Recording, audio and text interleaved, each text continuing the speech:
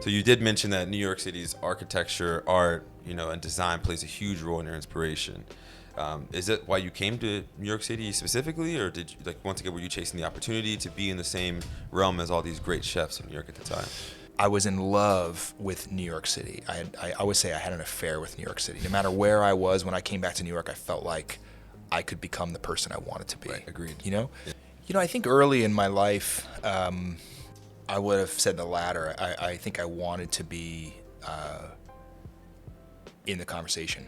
I think that was important to me. And what really drove me to New York was that love of art and design and music and culture overall. Yeah.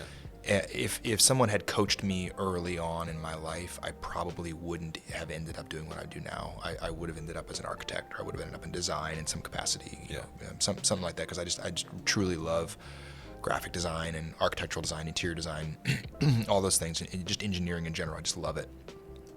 I get excited. I walk into an architectural studio and I get really pumped. I was really drawn to New York for that, and I think that the idea of being in and amongst all these other people who had similar likes to me was really enthralling. It became more powerful to me than just the drive for food. And so I have to say that I think who I am now, I'm as much in love with that as I am with food and hospitality. And what I love about what we do for a living is that all these things blend together. Exactly. And so, the New York that I know and love now is less about the gritty part of New York that I moved here for and fell in love with, 10 plus years ago. It is a bit of a phoenix, kind of coming out. And so I'm impressed. I'm excited about doing more projects in the future, because I love that part of it, kind of the art and design segment of it.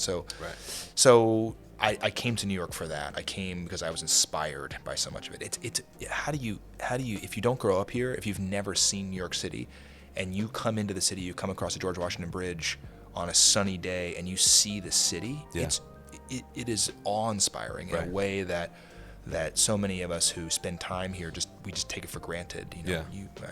You see the Statue of Liberty out there in the water, you're like, oh my God, this thing actually existed. And then, with all due respect to so much what's going on around the world, and I haven't traveled to every corner of the world, but I think New York is at the very least in the conversation, if not the conversation, about it's still the capital, it's still the financial capital, it's still the art capital, it's still the food capital, it's so many things.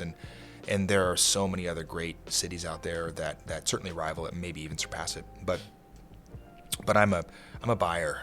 I'm a buyer on New York, and I 100%. Think that's what I love about New York is just there's no ceilings. You just keep going.